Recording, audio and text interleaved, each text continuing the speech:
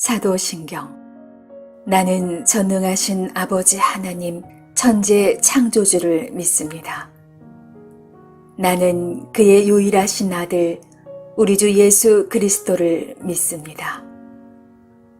그는 성령으로 잉태되어 동정녀 마리아에게서 나시고 본디오 빌라도에게 고난을 받아 십자가에 못 박혀 죽으시고 장사한 지 사흘 만에 죽은 자 가운데서 다시 살아나셨으며 하늘에 오르시어 전능하신 아버지 하나님 우편에 앉아 계시다가 거기로부터 살아있는 자와 죽은 자를 심판하러 오십니다. 나는 성령을 믿으며 거룩한 공교회와 성도의 교제와 죄를 용서받는 것과 몸의 부활과 영생을 믿습니다. 아멘.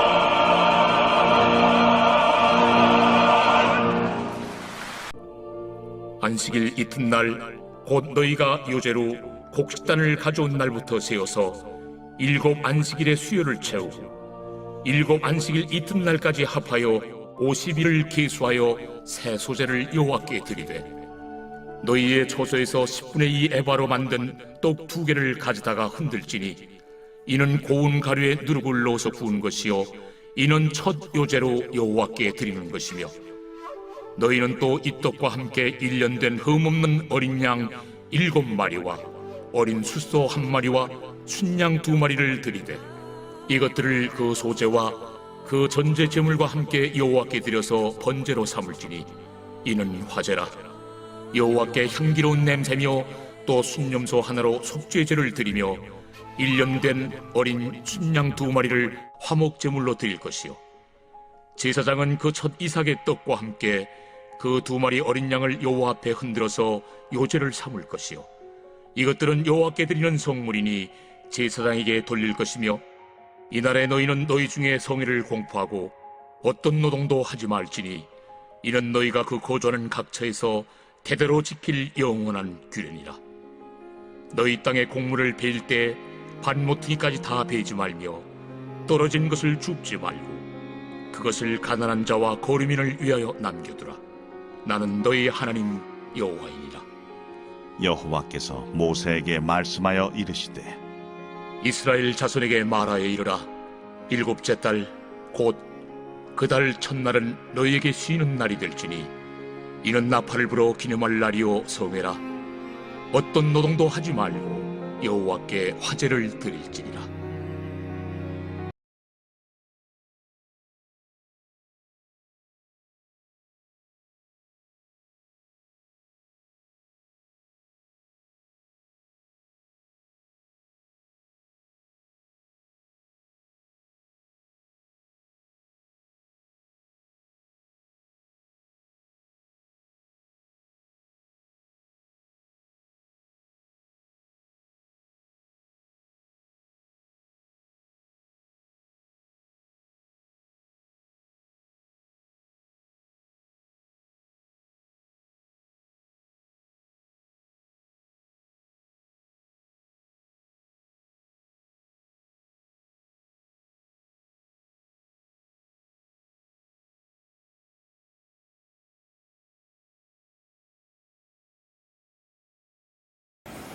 샬롬. 복된 하루의 시작입니다. 오늘 하루도 하나님의 인도하심과 또 낫게 하시고 회복케 하심이 우리 삶에 넘칠 수 있기를 원합니다. 우리는 시간의 질서 속에 살고 있습니다. 해가 뜨고 지면 하루가 저물죠. 또 달이 차고 기울면 한 달이 지나갑니다. 하나님이 주신 질서를 따라서 시기와 때에 맞춰 예배하는 것은 나의 영혼을 지키고 새롭게 하고 또 자라게 합니다. 예배는 영혼의 복을 가져오는 축복의 통로가 되어지죠. 예배가 헛된 일이 아니라 복된 일이 되기 위해 우리는 무엇을 지키고 또 무엇을 새겨야 할까요? 오늘 말씀을 통해서 보면 첫 번째는 싸움이 아닌 드림의 미학입니다. 오늘 말씀에 이스라엘 백성은 첫 이삭만이 아니라 첫 미래 수확도 하나님께 먼저 드린 후에 소득을 나눴습니다. 이것은 수확의 기쁨 속에서도 주신 하나님께 감사를 잊지 않도록 하기 위해서였습니다. 그래서 먼저 하나님 것을 구별하는 것이죠. 우리는 너무 기쁜 일이 생기면 그것을 주신 분에 대한 감사를 잊고 기쁨에만 도취되는 경향이 있는 것 같습니다. 그러나 오늘 말씀처럼 드리는 것, 먼저 구별하는 것은 감사의 필수 요소입니다. 풍성한 소득과 소출이 내 수고의 선물만이 아니라 하나님의 은혜의 선물이라는 것을 인정하는 마음이 있을 때 하나님께 감사할 수 있고 또 하나님께 아낌없이 드릴 수 있겠죠. 혹시 내 몫을 먼저 챙기고 남은 것을 하나님께 드리는 삶은 아니신가요? 오늘 말씀해 주시는 여러 절기들의 의미처럼 시마다 때마다 하나님을 먼저 기억하고 감사한 후에 남은 것으로 나의 삶을 풍족하게 하실 하나님을 바라보는 참된 주님의 백성이 되실 수 있기를 주님의 이름으로 축복해 드립니다. 두 번째는 움켜짐이 아닌 남겨둠의 미학입니다. 삶의 예배라는 말이 있듯이 예배는 성수에서 시작하지만 우리 일상에서 완성됩니다. 하나님께 드리는 것만이 예배가 아니고 이웃과 나누는 것도 예배인 것이죠. 이웃의 곤궁을 외면한 채 드리는 예물은 예배 완성이 되지 못합니다. 이웃을 내 몸과 같이 사랑하라 하신 말씀처럼 이웃을 향한 넉넉한 사랑이 우리의 예배를 온전하게 할 것입니다. 탈무드에 보면 유대인들의 자녀 교육 방법은 이러한 것을 삶의 습관으로 지켜갈 수 있도록 교육합니다. 자신만의 구제함을 만들어서 매월 수입의 일정 금액을 그 구제함에 넣도록 합니다. 그리고 이웃을 도울 일이 있을 때 그 함을 열어 구제하도록 자녀들을 교육합니다. 그렇게 함으로써 돈이 없어서 못하거나 갑자기 하기 어려운 상황을 미리 대비해서 항상 이웃사랑을 실천하도록 하는 것이죠. 구제와 이웃사랑은 마음만으로 되는 것은 아닙니다. 반드시 실천이 있어야 열매를 맺을 수 있습니다. 삶의 예배는 이처럼 참된 사랑의 베품에서 완성될 수 있습니다. 세 번째는 효율이 아닌 조율의 미학입니다.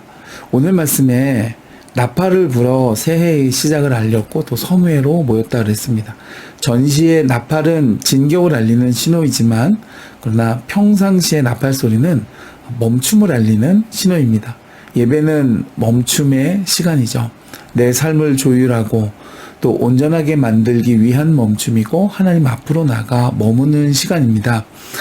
이것은 오늘날 빨리빨리 하는 속도와 또 효율을 중요시하는 이 시대로서는 도저히 납득할 수 없는 가치일 것입니다.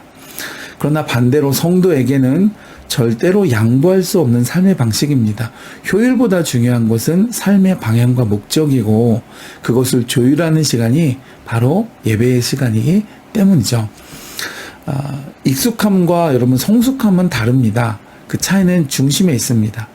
예배가 잦다 보니까 예배에 너무 익숙해져서 형식적이 되기가 쉽습니다. 그러나 하나님께 중심을 들이지 않은 채 예배 행위에만 집착한다면 그것은 예배라도 구약의 책망받은 제사처럼 가증한 것이 될 수가 있습니다. 우리의 예배가 구색만 갖추어서 해치우는 번거롭고 귀찮은 일상이 되지 않도록 중심을 살펴 진심을 드릴 수 있기를 주님의 이름으로 축복해 드립니다.